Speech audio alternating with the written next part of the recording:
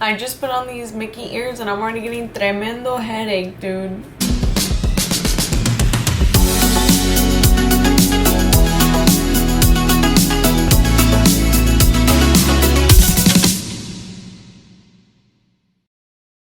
Hello to all my amigas and pals. Welcome back to my channel. If you're new here, be sure to subscribe down below so you can keep up with all my fun and exciting videos.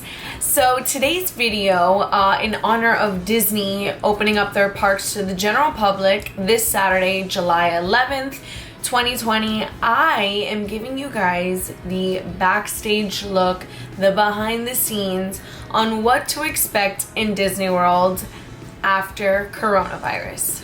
So thanks to my best friend Victoria, we were able to get the pass holder preview and visit the parks before they're open to the general public.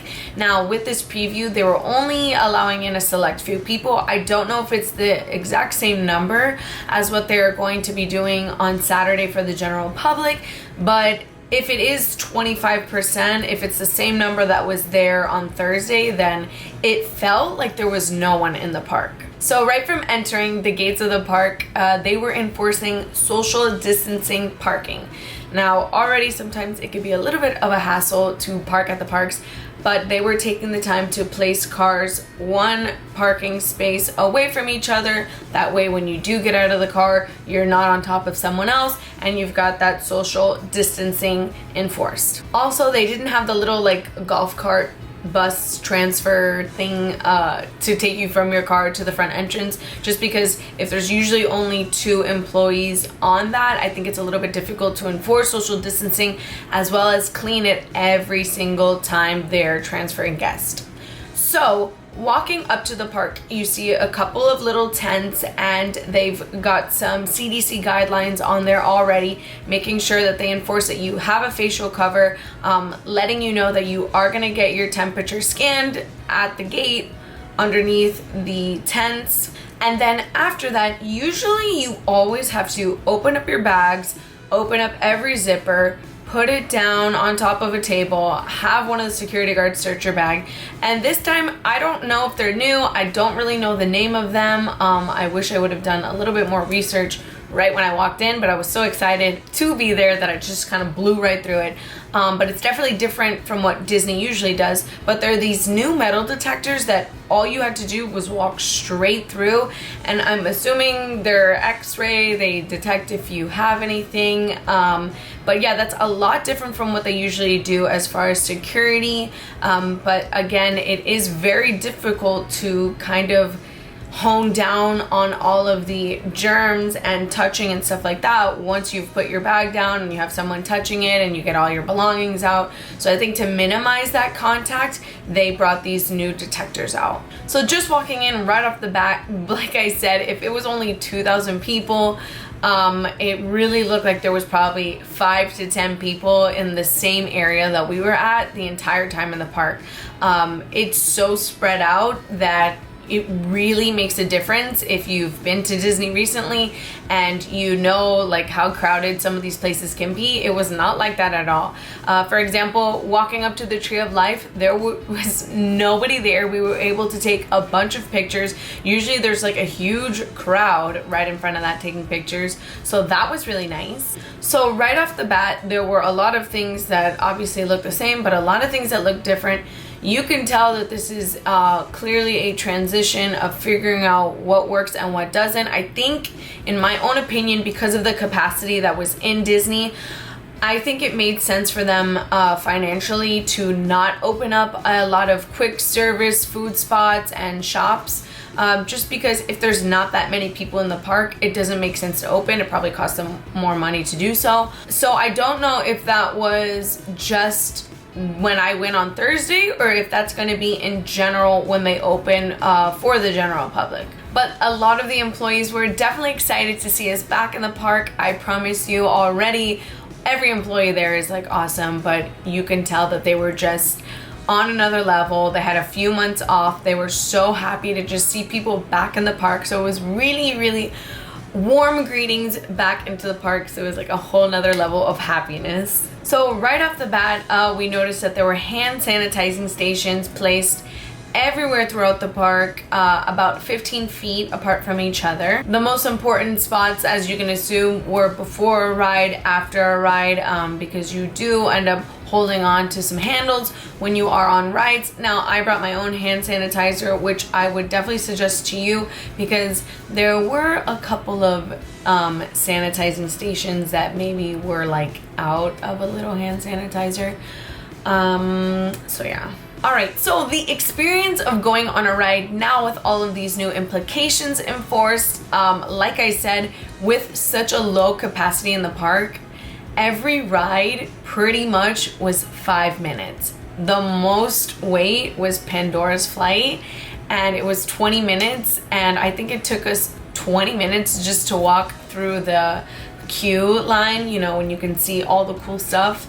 But we didn't even wait. Like, we literally just walked through the whole thing, and then boom, we were already on the ride. So that was pretty cool. Now, like I said, there were queue markers showing you the social distancing of 6 feet apart from you and the person in front of you. And then on some rides, where the waiting queues were maybe too close to one another, even with the 6 foot distancing, there were plexiglass borders placed up so that you were separated from the people that were in front of you waiting in the line. Also, as far as some of the ride experiences, we noticed that there were water features that were removed from the experience. For example, Pandora's Flight, you know, when you're like flying down, you're gonna get splashed with water. There was like no mist. And in It's Tough to Be a Bug in the Tree of Life, there was no kind of like water splash in some of the theatrical scenes. In some good news about Animal Kingdom, Rafiki's Planet Watch was finally opened after a few years of it being closed.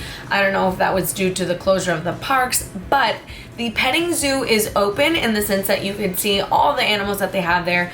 But due to the guidelines, the cast members were asking that you do not pet them. So the petting zoo part was not open. And they have the animation experience back, and that is something really exciting that you can do. Now, although that was open, we did notice that none of the live shows were running, and I don't know if that was just for the pass holder preview or if that's something they are going to continue to do when it opens to the general public, just because I can assume that maybe putting the cast members in danger if they're out and about and they're not going to have masks on while they're performing, and then the seating can become a little bit of a difficulty when separating guests. So we'll see, but none of the shows were open when we went. And speaking of cast members, we were still able to see some of our favorite friends like Mickey and Minnie. They were social distancing and passing by on a boat so that everyone could still see them at the park. So as far as mask and facial coverings, look, I'm not gonna lie, it was hot. It was probably like 93 degrees when we went.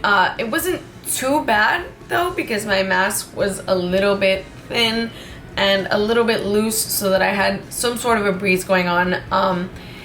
The only places that you can take your mask off around other people is when you're at a table sitting down eating, and they do have the tables marked off and separated for social distancing. And then they had specially labeled relaxation stations. Some were outside and some were inside, which is really nice because, like I said, it was a million degrees. So it was nice to go inside somewhere, take off your mask in air conditioning, get some fresh AC air, and that was really nice to have. If you were wondering if they do have any designated areas where you could just take a break and not have to wear a facial covering. So if you do happen to remove your mask while you're not in any of these designated areas, there are some cast members that are dressed in yellow that are asking you to put your mask back on, or even if they've noticed that someone is wearing a mask and it's only covering their mouth and not their nose, they'll ask you to pull it up correctly so that you have everything covered. And then if for some reason you seem to forget that we're in the middle of a pandemic, every 10 minutes over the live speaker, they had someone reminding you that there are hand sanitizing stations, that if you feel like you're gonna cough or sneeze, to cover yourself and to always keep your facial coverings on the entire time. I think one of the most disappointing things for me going to Animal Kingdom was that pretty much everything in Dino Land was closed. The only thing that was open was the dinosaur ride and the Triceratops spin. But everything else in Dino Land, as far as like that little carnival, was closed. And to be honest, that's one of my favorite things to do. Sometimes I get motion sickness, but man, I love some carnival games. And I was so upset right when we walked under that big dinosaur that's at the entrance for it. Every single thing was closed and covered. I don't know if that was just for the preview or if it's going to be like that on Saturday, but to be honest, it kind of makes sense that they wouldn't open that, because there's no physical way that you could keep up with all of the rotating players in all of those carny games to be sanitizing every single time someone leaves. So that's a little bit upsetting, but it's realistic as far as how much Disney can do. So I think it's better off for them to just close that. That way nobody can contract someone else's germs. But it was really sad for me because I love that part. And something that might be a little bit more upsetting for the general public than for me was that all the bars were closed. So there's like that really cool bar that's right next to the Mount Everest ride, and it has a bunch of hard liquor. It was just totally closed. I can assume that maybe that's because of some of the other southern counties in Florida having closed their bars, but you could get some beer at some of the quick service stops, but that was the only liquor that was available. So that might be a big factor if you decide on going. For me, it wasn't that big of a deal, but some people like to be lit at Disney. So just be aware that those were closed. So obviously there are going to be some pros and cons that are going to weigh into your decision on whether you want to go to Disney World at a time like this. Now, all I can say for me is that because it was a limited capacity and all of the wait times were pretty much like 5 minutes long, that is a great incentive for me to want to go to Disney, because we were able to do every single thing that there was to do at the park before like 1 p.m. and we got there at 8:30 in the morning. Oh, and there was no Starbucks line. Like usually that line is wrapped around through the outside. There was nobody in the Starbucks. So for me, that was a plus. But other than that, you kind of know that you're gonna wear a mask, and you have to wear a mask all day. Now, being in the Florida heat, maybe I'm used to it, or maybe it's that my mask was comfortable enough that it really didn't bother me that much. I did take it off to take a picture here and there, but you know, I really didn't think it was that bad. And I do appreciate that Disney does offer some accommodations, so if you do need to or want to take your mask off, you're more than able to. So all in all, it ended up being a really fantastic trip for me. Unfortunately, we don't really know when this pandemic is going to end or if it ever will, but luckily Disney's accommodated to all of the guidelines and to making our experience there comfortable if you were a little bit worried. But for me, there are a lot of things that I will put up with just to be able to go to Disney and have a good time. And I promise you, it was nothing. It was pretty much just a normal day. I just had a mask on and I was, you know, separated from some people, which honestly is even better, because sometimes when you're waiting in line and people that are not from here are just like all up in your personal space.